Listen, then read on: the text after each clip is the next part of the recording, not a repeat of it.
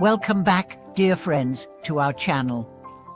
I'm truly honored to share another story with you today. If this is your first time joining us, welcome.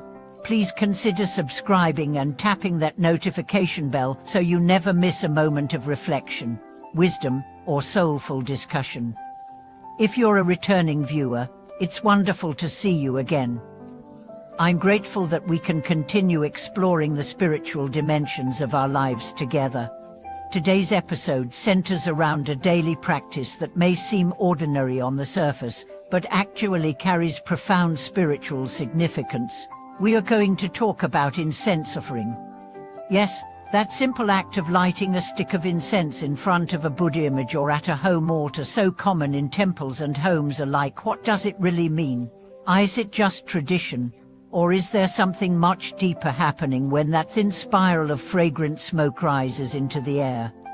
Have you ever walked into a temple and been enveloped by the sweet scent of sandalwood or agarwood incense? Have you noticed how your mind quiets, your breathing slows, and your heart seems to become still for a moment?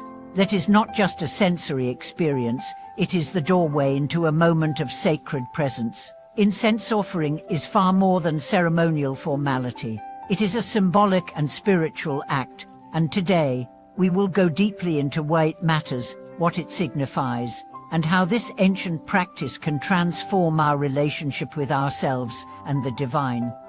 Let us begin with intention. Every offering, whether it is a flower, a candle, or incense, begins with a thought. When you pick up that stick of incense and light it, you are not merely starting a ritual. You are initiating a conversation with the cosmos, with the Buddha, with the Dharma, and with your own higher self. That moment, if entered with awareness, becomes sacred. It becomes a gesture of surrender, of purification, of reverence. The fragrance of incense is meant to symbolize purity, and the smoke that rises symbolizes the expiration for the mind to rise above mundane concerns. Just as the smoke spirals upward, so too does your intention, your prayer, your consciousness. You are, in a sense, sending your thoughts and aspirations into the realm of the unseen. But more importantly, you are training your own mind to become calm, centered, and elevated. Throughout history and across cultures, incense has been used as a tool for sanctification. In ancient India, sages used it in fire rituals. In Tibet, it is used in prayer wheels and ceremonial dances. In Japan, incense appreciation itself became an art called Qigong, where monks and poets would sit and meditate upon the subtle aromas as a way of refining their senses and deepening their awareness. In all these traditions, incense is more than aromatic, it is transformational.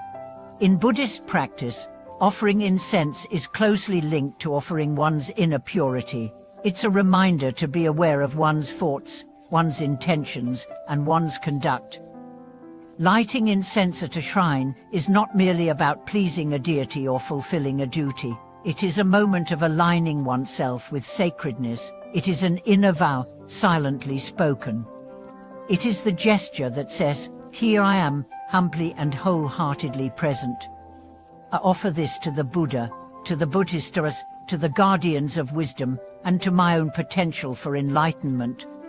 But what happens when incense is offered without mindfulness? The gesture becomes hollow, the action becomes mechanical, and when that happens, the power of the offering is lost, not because the incense loses its fragrance, but because our minds are no longer engaged in the sacred. That's why, even in the busiest moments of our day, taking just 1 minute to consciously offer a stick of incense can transform our mood, our thoughts, even our karma. The offering becomes an anchor, a reminder of our deeper purpose. There is a beautiful metaphor often spoken by monks: just as incense, once burned, fills the air with fragrance, so too should our lives, once lived, fill the world with kindness, compassion, and presence. That is the deeper aspiration behind the offering. It is not just for blessings, it is for transformation.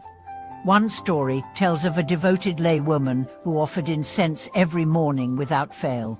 She did so not to ask for favors, but to center herself, to give thanks for another day of life. Her family said that her days always began with peace. Even when troubles came, she faced them with calm. Her simple practice of lighting incense, closing her eyes, and offering gratitude shaped her entire presence. People felt comforted just by being near her. That is the power of incense, not as smoke, but as prayer in action. When we begin to understand incense offering in this way, it ceases to be superstition or routine. It becomes sacred art. It becomes a bridge between our everyday existence and our higher self. It becomes a ritual of awakening. Moreover, incense is set to represent the 6 parameters: generosity, discipline, patience, diligence, concentration, and wisdom.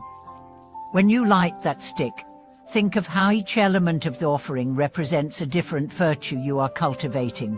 It's not just burning incense, it's invoking generosity in your thoughts, discipline in your actions, patience in your relationships, diligence in your practice, concentration in your mind, and wisdom in your heart. For now, let us talk about the common mistakes people make when offering incense. Many people rush through the act. They strike the match, light the stick, bow quickly, and leave. But the sacredness is not in the smoke, it is in the silence between the actions. To truly make an offering, you must be present. Let the smoke rise as you exhale. Let your thoughts settle as the flame catches. Let your heart open as the fragrance fills the room. Another misunderstanding is that incense offering is about asking for something: wealth, health, or success. While it's true that many people use it as a moment to pray for blessings, the deeper purpose is not transactional. The deeper purpose is transformational. You are not just asking for something from outside, you are refining something from within. There is also a story of a young man who visited a mountain temple seeking blessings. He brought a bundle of expensive incense sticks and lit them one after another, praying loudly for fortune and favor. The monk watching him said gently, "It is not how much incense you burn that brings blessings, but how deeply you bow your heart in sincerity." The man was confused. "But I want the Buddha to notice me."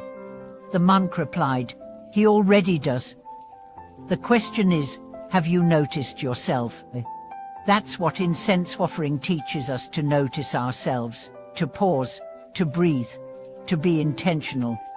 To remember that our lives are sacred, not because of what we achieve or acquire, but because of how we live, moment to moment, breath by breath, choice by choice. So the next time you light a stick of incense, remember this: it is not about the ritual. It is about presence. It is not about smoke, it is about spirit. It is not about tradition. It is about transformation. I hope today's reflection helps you see incense offering in a new light, not as an old custom, but as a living practice that can guide you into deeper awareness and connection. May your offerings be filled with sincerity, your prayers with clarity, and your life with the fragrance of compassion. If this video touched you in any way, please share your experiences in the comments. Do you offer incense at home or at a temple? How has that practice influenced your inner life? If you enjoyed this video, please like, subscribe, and tap that bell to receive more teachings and stories like this. Thank you again for being here. May your days be calm, your heart be open, and your life filled with meaning. Thank you for watching this video.